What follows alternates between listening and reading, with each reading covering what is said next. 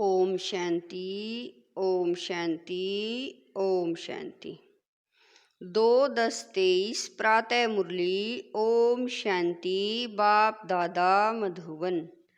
मीठे बच्चे, नई दुनिया के लिए बाप तुम्हें सब नई बातें सुनाते, नई मत देते, इसीलिए उनकी गत मत न्यारी गाई जाती है। प्रश्न है, रहम दिल बाप सभी बच्चों को किस बात में सावधान कर ऊंच तकदीर बना देते हैं? उत्तर है, बाबा कहते बच्चे, ऊंच तकदीर बनानी है तो सर्विस करो। अगर खाया और सोया सर्विस नहीं की तो ऊंची तकदीर नहीं बना सकेंगे। सर्विस के बगैर खाना हराम है, इसीलिए बाबा सावधान करते सारा मदार पढ़ाई पर है।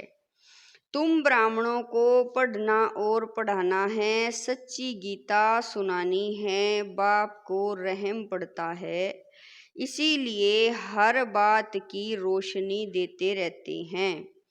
गीत है, जिस दिन से मिले हम तुम।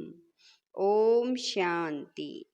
रूहानी बाप समझाते हैं, जब बच्चों को बेहद का बाप मिलता है तो हर एक बात नई सुनाते हैं, क्योंकि यह बाप नई दुनिया स्थापन करने वाला है। मनुष्य तो ऐसी नई बातें सुना न सके। बाप जिसको हेवनली गॉड फादर कहा जाता है, वह बेहद का बाप स्वर्ग की स्थापना करने वाला है, नरक की स्थापना करने वाला है रावण। 5 विकार स्त्री में, 5 विकार पुरुष में, वह हो गई रावण संप्रदाय। तो यह नई बात सुनाई ना, स्वर्ग बनाने वाला है परमपिता परमात्मा, जिसको राम कहते हैं। नरक बनाने वाला है रावण, जिसका चित्र बनाकर वर्ष वर्ष जलाते हैं। एक बार जल गया तो फिर उनका एफिजी देखने में थोड़ा ही आएगा। वह आत्मा जाकर दूसरा शरीर लेती है, फीचर्स आदि बदल जाते हैं। यह तो रावण के वही फीचर्स वर्ष वर्ष बनाते और जलाते हैं। वास्तव में जैसे निराकार शिव बाबा का कोई फीचर नहीं, वैसे रावण का भी कोई फीचर नहीं। यह रावण तो विकार है। बाप यह समझाते हैं, मनुष्य भक्ति मार्ग में क्या चाहते हैं? भगवान आते ही हैं भक्ति का फल देने व रक्षा करने, क्योंकि भक्ति में दुख बहुत है। सुख है अल्पकाल क्षणभंगुर। भारतवासियों का बिल्कुल दुखी जीवन है। कोई का बच्चा मरा, कोई का देवाला निकला, जीवन तो दुखी रहता है ना। बाप कहते हैं, मैं आता हूँ सभी का जीवन सुखी बनाने। बाप आकर के नई बातें बताते हैं, कहते हैं, मैं आया हूँ स्वर्ग की स्थापना करने। वहाँ तुम विकार में नहीं जाएंगे, वह है निर्विकारी राज्य, यह है विकारी राज्य। अगर तुमको स्वर्ग का राज्य चाहिए तो वह बाप ही स्थापन करते हैं। नरक का राज्य रावण स्थापन करते हैं। तो बाप पूछते हैं, तुम स्वर्ग में चलेंगे? वैकुंठ की महारानी महाराजा विश्व के मालिक बनेंगे। यह कोई वेद शास्त्र आदि की बातें नहीं हैं। बाप ऐसे नहीं कहते कि राम राम कहो व दर दर धक्के खाओ, मंदिरों तीर्थों आदि में जाओ व गीता भागवत आदि बैठ कर पढ़ो। नहीं, सतयुग में तो शास्त्र होते नहीं। तुम भले कितने भी वेद शास्त्र आदि पढ़ो, यज्ञ जप दान पुण्य आदि करो, यह है ही धक्के खाना। इनसे प्राप्ति कुछ भी नहीं। भक्ति मार्ग में कोई एम ऑब्जेक्ट नहीं है। मैं तुमको स्वर्ग का मालिक बनाने आया हूँ। इस समय सब नरकवासी हैं। अगर कोई को कहो तुम नरकवासी हो तो बिगड़ेंगे। वास्तव में तुम जानते हो नरक कलयुग को और स्वर्ग सतयुग को कहा जाता है। बाप वैकुंठ की बादशाही ले आए हैं। कहते हैं स्वर्ग का मालिक बनना है तो पवित्र जरूर बनना पड़ेगा। मूल बात सारी पवित्रता की है। कई मनुष्य कहते हैं हम पवित्र तो कभी नहीं रह सकते। अरे तुमको पावन बनाते हैं स्वर्ग में चलने लिए। पहले वापिस शांति धाम में जाकर फिर स्वर्ग में आना है। सभी धर्म वालों को कहते हैं देह को छोड़ अशरीरी बनकर जाना है। इसीलिए देह के अभिमान को तोड़ो। मैं क्रिश्चियन हूँ, बौद्धी हूँ, यह सब हैं देह के धर्म। आत्मा तो स्वीट होम में रहती है। तो अब बाप कहते हैं वापिस मुक्ति धाम चलेंगे, वहां तुम शांति में रहेंगे। बताओ तुम वापिस कैसे चल सकते हो? मुझ बाप को और अपने स्वीट होम को याद करो। देह के सब धर्म छोड़ो। यह मामा है, काका है, चाचा है, इन सब देह के संबंधों को छोड़ो। अपने को देही समझो, मुझे याद करो। बस यह है मेहनत और मैं कुछ नहीं सुनाता हूँ। शास्त्र आदि जो पढ़े हो वह सब छोड़ो। मैं नई दुनिया के लिए तुमको नई मत देता हूँ। कहा जाता है ना, ईश्वर की गत और मत न्यारी है। गति कहा जाता है मुक्ति को। बाप नई बात सुनाते हैं ना, मनुष्य भी जब सुनते हैं तो कहते हैं यहाँ तो नई बातें हैं, शास्त्रों की कोई बात नहीं। यूं तो है गीता की बात, परंतु मनुष्यों ने गीता को भी खंडन कर दिया है। मैंने तो गीता पुस्तक कुछ भी नहीं उठाई है, वह तो बेहद में बनती है। मैं तो तुमको ज्ञान सुनाता हूँ। ऐसे कभी कोई नहीं कहेंगे कि तुम मेरे सकीलदे बच्चे हो। यह निराकार परमात्मा ही कहते हैं। निराकार आत्माओं से बात करते हैं, आत्मा सुनती है। यह शरीर है, ऑर्गन्स, यह बात कभी कोई समझते नहीं। वह मनुष्य को सुनाते हैं, यह परमात्मा बैठ आत्माओं को सुनाते हैं। हम आत्माएं सुनती हैं इन कानों द्वारा। तुम जानते हो परम पिता परमात्मा बैठ समझाते हैं। मनुष्य तो यह वंडर खाते हैं, भगवान कैसे समझाएंगे? वह तो समझते हैं श्री कृष्ण भगवान वाच। अरे श्री कृष्ण तो देहधारी है, मैं तो देहधारी नहीं। मैं विदेही हूँ और विदेही आत्माओं को सुनाता हूँ। तो यह नई बातें सुनने से मनुष्य चकित हो जाते हैं। जो कल्प पहले बच्चे सुनकर गए हैं उन्हों को तो बहुत अच्छा लगता है, पढ़ते हैं, मम्मा बाबा कहते हैं। इसमें अंधश्रद्धा की तो कोई बात हो न सके। लौकिक रीति भी बच्चे माँ बाप कहते हैं। अभी तुम उन लौकिक माँ बाप की याद छोड़ पारलौकिक माता पिता को याद करो। यह पारलौकिक माँ बाप तुम्हें अमृत की लेन देन सिखलाने वाले हैं। कहते हैं हे बच्चे, अब विश्व की लेन देन छोड़ो। मैं तुमको जो शिक्षा देता हूँ वह 1 2 को दो तो तुम स्वर्ग के मालिक बन जाएंगे। थोड़ा सुनेंगे तो भी स्वर्ग में आ जाएंगे, परंतु औरों को आप समान नहीं बना सकते तो दास दासी जाकर बनेंगे।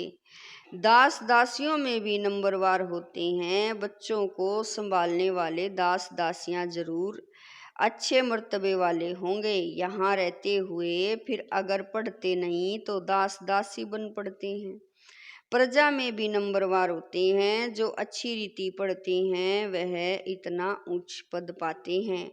प्रजा में साहूकारों के भी दास दासियां होंगे, हर एक को अपनी शक्ल देखनी है। हम क्या बनने लायक हैं, बाबा से अगर कोई पूछे तो बाबा झट बता देंगे। बाप तो सब कुछ जानते हैं और सिद्ध कर बतलाते हैं कि इस कारण यह तुम बनेंगे। भले सरेंडर किया है, अब किया है उसका भी हिसाब किताब है। सरेंडर किया है परंतु कुछ सर्विस नहीं करते, सिर्फ खाते पीते रहते तो जो दिया वह खाकर खत्म करते हैं।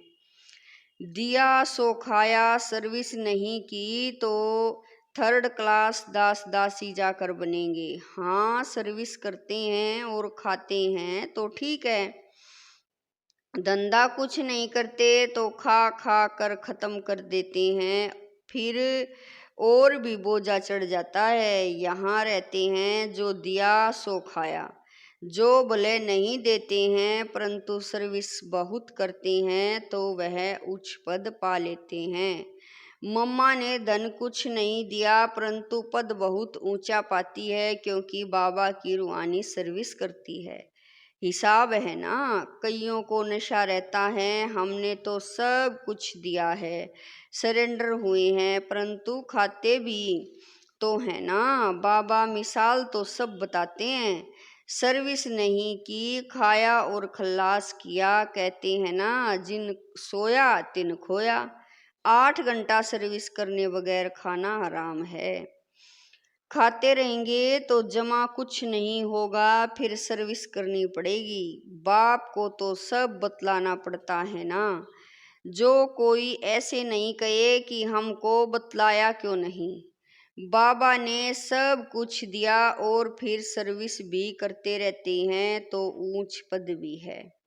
सरेंडर हुए और बैठ खाया, सर्विस नहीं की तो क्या बनेंगे। श्रीमत पर चलते नहीं, बाबा खास समझा रहे हैं। ऐसे नहीं कि पिछाड़ी को कहे कि हमारा पद ऐसा क्यों हुआ। तो बाप समझाते हैं, सर्विस ने करना, मुफ्त में खाना, उसका नतीजा कल्प कल्पांतर का यह हो जाएगा। इसीलिए बाबा सावधान करते हैं, समझना चाहिए कल्प कल्पांतर के लिए हमारा पद भ्रष्ट हो जाएगा। बाबा को रहम पड़ता है, इसीलिए हर बात की रोशनी देते हैं। सर्विस नहीं करेंगे तो ऊंच पद नहीं पा सकेंगे। जो गृहस्थ व्यवहार में रहते सर्विस करते हैं उनका पद बहुत ऊंच है। सारा मदार पढ़ाई और पढ़ाने पर है। तुम ब्राह्मण हो, तुमको सच्ची गीता सुनानी है, वह तो कच्छ में कुर्रम उठाते हैं, तुम्हारे कच्छ में कुछ नहीं। तुम हो सच्चे ब्राह्मण, तुमको सच सुनाना है, सच्ची प्राप्ति करानी है, और सब ने घाटा ही दिलाया है, इसीलिए लिखा जाता है वह सब झूठ है। बाबा सच सुनाकर सचखंड का मालिक बनाते हैं। यह तो समझने की बात है, विश्व का मालिक बनना कम बात है क्या। सेंसेबल बच्चे जो होंगे वह तो प्लान बनाते रहेंगे, हम सोने की ईंटों का ऐसे ऐसे मकान बनाएंगे, यह करेंगे।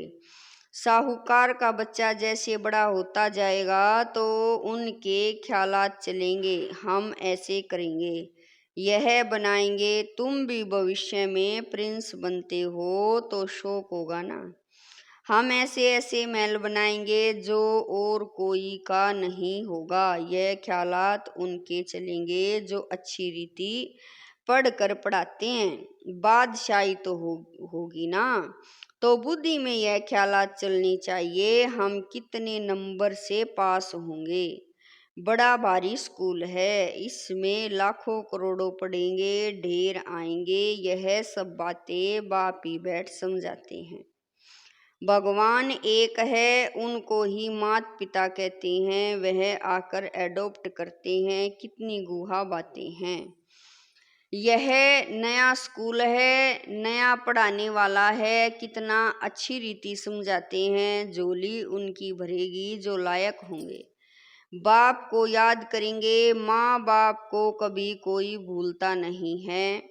फिर संगम युगी बच्चे बाप को भूल कैसे सकते हैं। अच्छा, दुनिया धमचक्र में है और तुम बच्चे चुप हो। चुप में है शांति, शांति में है सुख। तुम जानते हो मुक्ति के बाद फिर है जीवन मुक्ति। तुम बच्चों को सिर्फ 2 अक्षर याद है, अल्फ और अल्फ अल्लाह और बे बादशाही। सिर्फ एक अल्फ को याद करने से बादशाही मिल गई। बाकी क्या बचा? बाकी रही छाछ। अल्फ मिला गोया मक्खन मिला, बाकी सब है छाछ। ऐसे है ना, हम चुप रहते हैं, जानते हैं चुप रहकर हम श्रीमत पर चलते हैं, परंतु वंडर यह है कि बच्चे अल्फ को भी पूरा याद नहीं करते, भूल जाते हैं। माया तूफान लाती है। बाप भी कहते हैं मन मना भव, मध्याजीवी भव। गीता में अक्षर हैं तो तुमको गीता वालों से अर्थ पूछना चाहिए कि मन मना भव मध्याजीवी भव का अर्थ क्या है। बाप कहते हैं मुझे याद करो तो तुमको बादशाही मिलेगी। यह देह के धर्म छोड़ देही बन जाओ और बाप को याद करो तो बादशाही मिलेगी। ग्रंथ में भी कहते हैं जपो अल्प को तो बादशाही मिलेगी। सचखंड की राजाई मिलती है। हम दुनिया से बिल्कुल न्यारे हैं और कोई भी ऐसे नहीं कहेंगे। बाप तुम्हें नई बातें सुनाते हैं, बाकी सब पुरानी बातें ही सुनाते हैं। बात बड़ी सहज है, अल्प के बनो तो बादशाही मिलेगी, फिर भी पुरुषार्थ तो करना पड़े।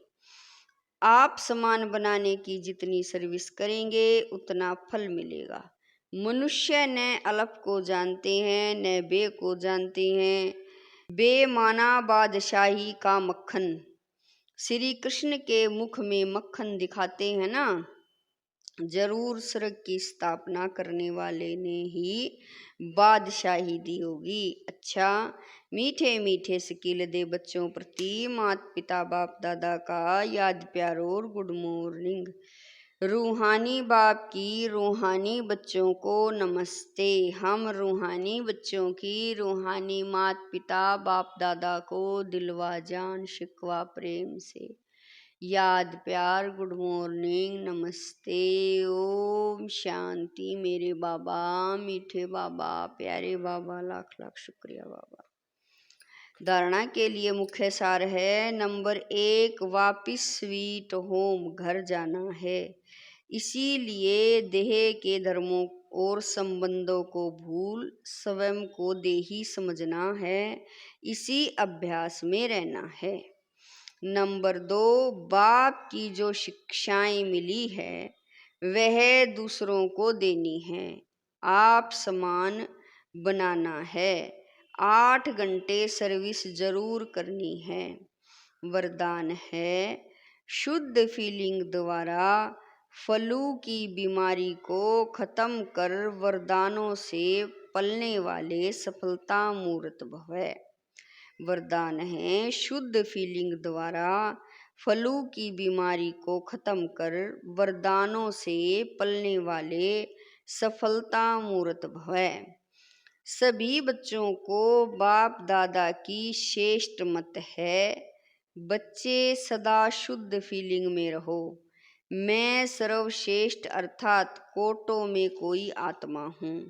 मैं देव आत्मा हूँ। मैं महान आत्मा, विशेष पार्टदारी आत्मा हूँ। इस फीलिंग में रहो तो अव्यर्थ फीलिंग का फ्लो नहीं आ सकता। जहाँ यह शुद्ध फीलिंग है वहाँ अशुद्ध फीलिंग नहीं हो सकती। इससे फ्लू की बीमारी से अर्थात मेहनत से बच जाएंगे और सदा स्वयं को ऐसा अनुभव करेंगे कि हम वरदानों से पल रहे हैं, सेवा में सफलता पा रहे हैं। स्लोगन है संगम युगी मर्यादा पुरुषोत्तम बनना, यही ब्राह्मण जीवन का श्रेष्ठ लक्ष्य है। स्लोगन है संगम युगी मर्यादा पुरुषोत्तम बनना, यही ब्राह्मण जीवन का श्रेष्ठ लक्ष्य है। ओम शांति।